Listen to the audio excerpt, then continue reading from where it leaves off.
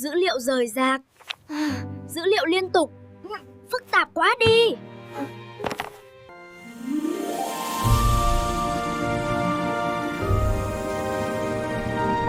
Đừng lo lắng, An.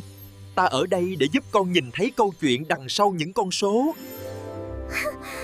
Thấy không? Con có thể đếm được số bạn, đó là dữ liệu rời rạc. Và chiều cao của cái cây này thì đo được, và nó có thể là bất kỳ giá trị nào, đó là dữ liệu liên tục. Em hiểu rồi. Thì ra là vậy. Cảm ơn ngài, thần dữ liệu.